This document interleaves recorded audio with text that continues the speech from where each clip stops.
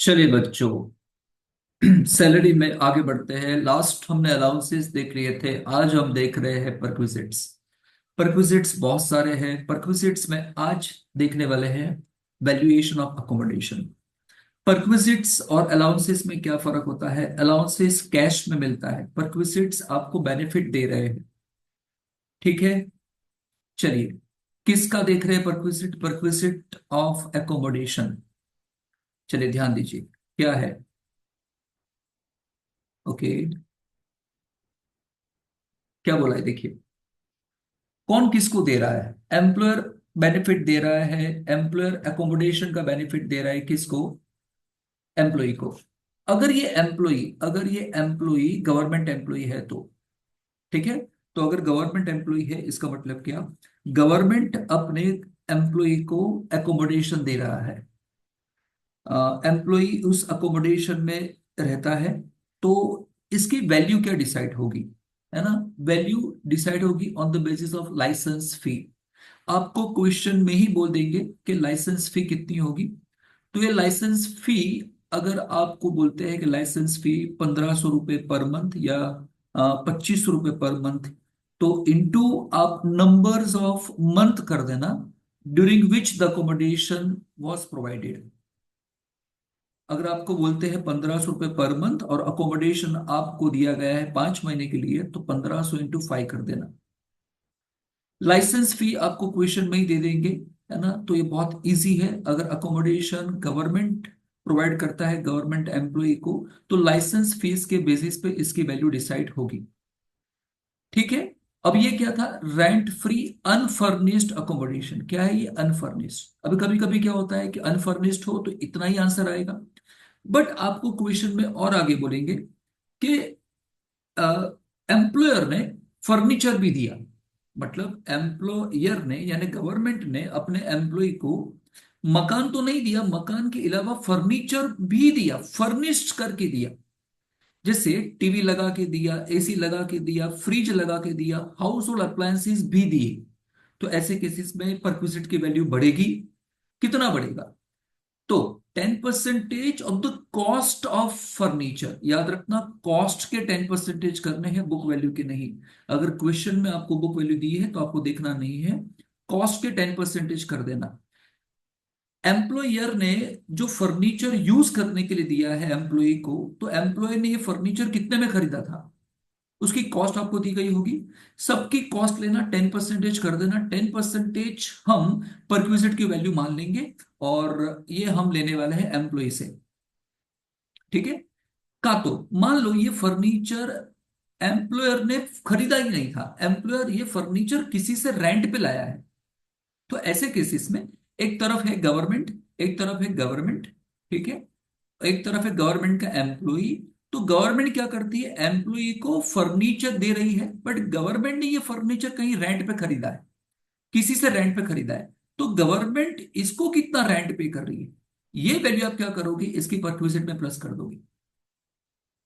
Simple है ना। जैसे फॉर एग्जांपल, अगर मुझे फर्नीचर मिल रहा है, अगर मैं गवर्नमेंट एम्प्लॉय, अगर मुझे फर्नीचर मिल रहा है, तो गवर्नमेंट ने मुझे फर्नीचर कहां से दिया? क्या गवर्नमेंट ने खुद खरीदा था? अगर गवर्नमेंट ने खुद खरीदा है तो उसका जो कॉस्ट होगा, उसके 10% ये मेरी अकोमोडेशन की वैल्यू में प्लस हो जाएगा एज अ फर्नीचर वैल्यू। और अगर मुझे गवर्नमेंट ने प्रोवाइड किया है और गवर्नमेंट कहीं और से रेंट पे लाके मुझको दे रही है, तो गवर्नमेंट ने कितना रेंट पे किया मुझको फर्नीचर देने के लिए, वो वैल्यू प्लस हो जाएगी।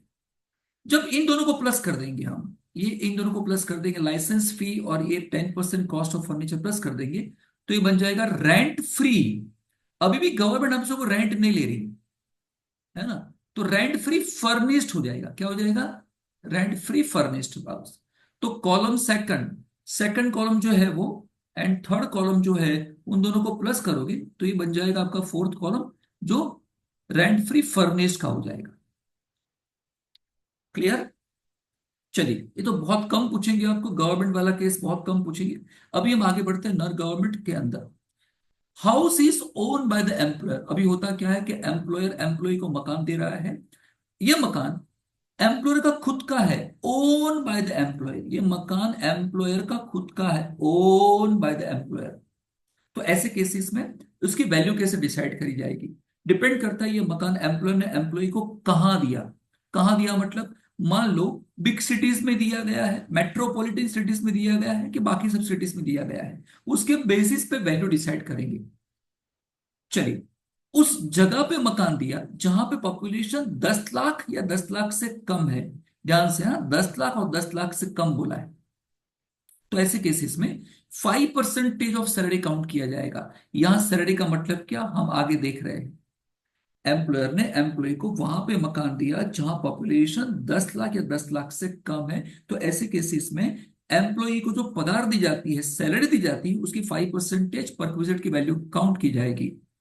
ठीक है, लेकिन सैलरी कौन से पीरियड की लेना, उसी पीरियड की लेना जिस पीरियड के लिए मकान उसको दिया गया है। For the period during which the employee occupied the said accommodation. का मतलब क्या, अगर एम्प्लॉयर ने एम्प्लॉय को 6 महीने से ही भाड़े, 6 महीने से ही मकान दिया है। सी, एम्प्लॉयर एम्प्लॉय को तो पूरे साल की पगार दे रहा है, एम्प्लॉय बहुत पुराना है। अब एम्प्लॉयर एम्प्लॉय को पूरे साल की पगार दे रहा है, बट एम्प्लॉयर ने एम्प्लॉय को 6 महीने से ही अकोमोडेशन दिया है। तो तुम 6 महीने के ही पगार लेना, पूरे साल की पगार मत ले लेना। इसे हम क्या बोलते हैं, for the period during which the employee occupied the said accommodation. 5% कब लेना, अगर पॉपुलेशन 10 या 10 लाख से कम हो। अगर पॉपुलेशन आपका 10 लाख से एक्सीड हो जाए, एक्सीड हो जाए, लेकिन 40 लाख और 40 लाख से कम है, 40 लाख भी यही गिनना है, तो 7.5% ऑफ द सैलरी। और अगर पॉपुलेशन 40 लाख से बढ़ जाता हो तो 10% ऑफ सैलरी। ये पॉपुलेशन तुम 40 लाख ये सब बोल रहे हो, तो कौन से सेंसस का लेना, 2011 का सेंसस का पॉपुलेशन लेना। लास्ट 2011 में ही सेंसस पॉपुलेशन की गिनती हुई थी। हर 10 साल के बाद पॉपुलेशन की गिनती होती है। 2011 में हुई थी, 2021 में नहीं कर पाए बिकॉज वहां पे कोरोना आ गया था। ठीक है, तो हम 2011 का ही सेंसस के मुताबिक चलेंगे। बिग सिटीज मतलब कलकत्ता है, मुंबई है ना, ऐसी बड़ी बड़ी सिटीज में आपको बोलेंगे नहीं कितना पॉपुलेशन है। आपको ऐसा बोल देंगे कि एम्प्लॉयर ने एम्प्लॉय को मकान दिया है मुंबई के अंदर। अब समझ जाना, वहां पॉपुलेशन 40 लाख से ज्यादा ही होगा, है ना। तो बड़ी बड़ी सिटीज में पॉपुलेशन नहीं देंगे, अदरवाइज आपको पॉपुलेशन दे दिया गया होगा तो कोई प्रॉब्लम ही नहीं होगी। चलिए, पता चला। ये था ये कब गिना जाएगा, ये जो किया ना 5% ऑफ सैलरी।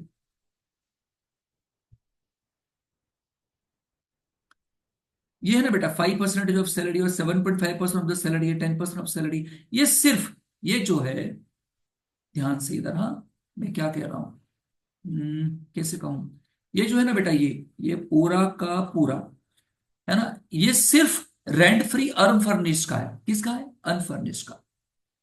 उसके अंदर तुम ये वैल्यू प्लस कर देना, वैल्यू ऑफ फर्नीचर, ये प्लस कर देना, ये तुम प्लस कर देना इसके अंदर। अगर मकान के साथ फर्नीचर भी दिया जा रहा है तो, क्लियर, तो ये दोनों प्लस करोगे तो तीसरा आखिर वाला कॉलम आ जाएगा, है ना। तो ये जो है ना, ये पूरा ये सेकंड कॉलम में आता है, ये पूरा सेकंड कॉलम में आ रहा था। ठीक है, और ये वैल्यू ऑफ फर्नीचर इसमें प्लस कर देना, यानी second column plus third column जो यहां बनाया है, ये आंसर आ जाएगा फोर्थ कॉलम का, जो हम क्या बोलेंगे, रेंट फ्री फर्निश्ड। अगर फर्नीचर दिया गया हो तो ऊपर की वैल्यू नीचे तुम प्लस कर देना। चलिए, हो गया। आगे, if provided at a concessional rate then, इसका मतलब क्या, कभी कभी क्या होता है कि कभी कभी क्या होता है कि गवर्नमेंट, कभी कभी क्या होता है कि एम्प्लॉयर आपको मकान तो दे ही रहा है, आपको मकान दिया तो मकान की वैल्यू आ गई। जैसे कि बेटा आपको मकान दिया तो ये मकान की वैल्यू आ गई, 7.5%, 10%, ये क्या था, मकान की वैल्यू थी, तो वो आपने यहाँ लिख दिया। प्लस फर्नीचर भी आपको दिया गया तो फर्नीचर की वैल्यू आपने प्लस कर दी, तो ये दोनों हो गया। ये अनफर्निश्ड हो गया, ये फर्नीचर का था तो ये फर्निश्ड हो गया। अब इसमें से कभी कभी गवर्नमेंट आपसे कुछ पैसे लेती है कि एक काम करो तुम एम्प्लॉय, एक काम करो, अब महीने का तुम 2,000 रुपये दे दो। तो अगर एम्प्लॉयर एम्प्लॉय से कुछ ले रहा है, कुछ भी कंसेशनल अमाउंट ले रहा है, कोई भी छोटी सी अमाउंट ले रहा है, तो तुम क्या कर देना, यहां से माइनस कर देना। If provided at a concessional rent पे प्रोवाइड किया है तो तुम क्या करना, यहां से माइनस कर देना। वैल्यू डिटरमाइन एज अबाउ, इसका मतलब क्या, जो मकान का अकोमोडेशन का था वो second column, plus third column जो फर्नीचर का था वो, अगर फर्नीचर दिया गया है तो दोनों को तुम क्या कर देना, प्लस कर देना। और कुछ भी अगर एम्प्लॉय से रिकवर किया हो, एम्प्लॉय ने कुछ भी पे किया हो कंसेशनल, तो यहां से क्या कर देना, माइनस। तो ये आपका आंसर आ जाएगा। इसे हम बोलेंगे बेटा provided at a concessional rate. Done.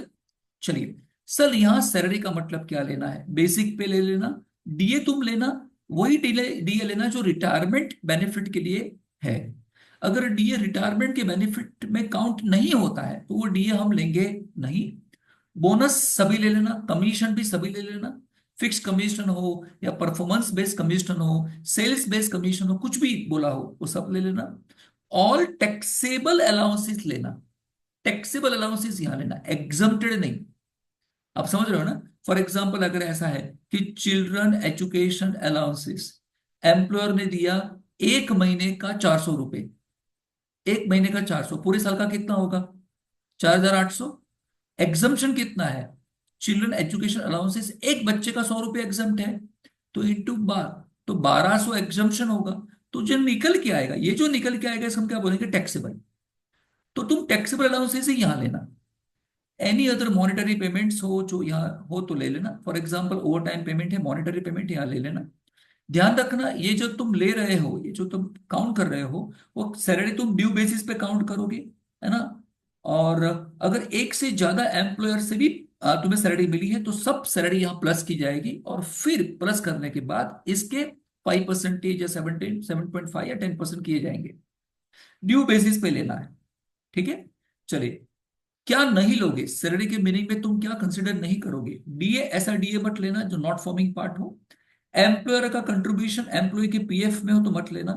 Allowances जो एग्जम्प्ट हो मत लेना। एडवांस सैलरी मत लेना क्योंकि हमें यहाँ पे ड्यू बेसिस पे लेना है, ठीक है।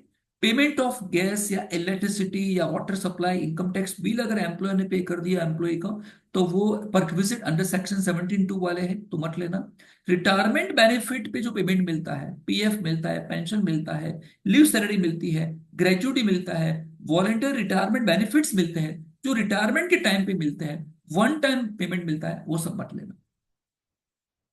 चलिए, एंड लास्ट में accommodation in hotel provided by the employer.